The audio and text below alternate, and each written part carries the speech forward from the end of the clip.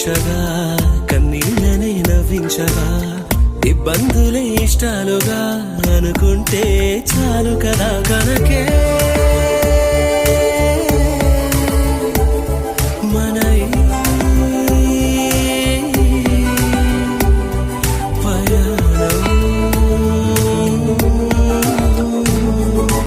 ఎప్పుడు ఒకలా ఉండదు ఎక్కడా ఆగిపోనివ్వదు ఎదరేమున్నదో చెప్పదు కదిలే సమయం నీ